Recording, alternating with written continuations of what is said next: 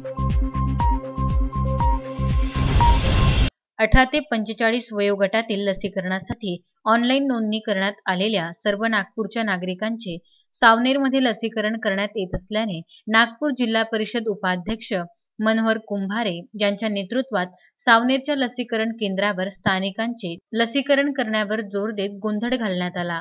यामुळे सावनेरच्या भालेराव हायस्कूल येथे लसीकरणासाठी निर्माण झालेल्या गोंधळात राजकीय कार्यकर्त्यांनी गोंधळ घातल्याने काही तास लसीकरण थांबवावे लागले।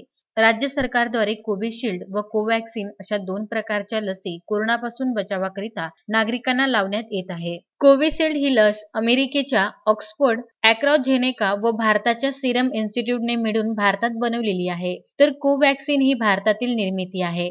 त्यामुळे कोवॅक्सिन ही लस आधी आली व कोविशिल्ड ही नंतर। दोन्ही कंपन्या दोन्ही वॅक्सिन चांगल्या असल्याचा दावा करीत आहे, परंतु भारतातील कोवॅक्सिन ही म्युटंट व्हायरसलाही डिटेन शोधत करीत असल्याचे तज्ज्ञांचे मत आहे। सावनेर शहरातील विविध केंद्रात कोविशिल्ड ही लस लावण्यात येत असून शासनाने 18 वर्षावरील तरुणांना कोवॅक्सिन लसीकरणासाठी ऑनलाईन अर्ज करण्याचा मार्ग काढला आहे। परंतु या ऑनलाईन नोंदणीमध्ये नागपूर जिल्ह्यात 4 केंद्र ठरवले असून यात सावनेर, काटोल, कन्हान, कामठी अशी शहरे आहेत।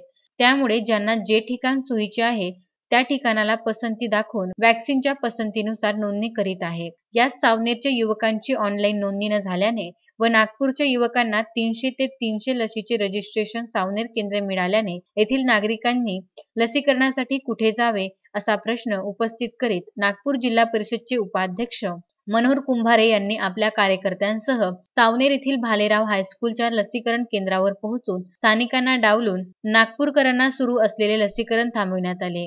यावेळी सावनेरचे उपविभागीय अधिकारी अतुल मेहत्रे यांनी केंद्रावर धाव घेऊन या संबंधी जिल्हाधिकाऱ्यास माहिती देत अधिक वॅक्सिनचे केंद्र उभारण्याचे आश्वासन दिले। यामुळे थांबलेले लसीकरण पुन्हा सुरू करण्यात आले। पियुष झिंझवाडिया, विदर्भ न्यूज, सावनेर।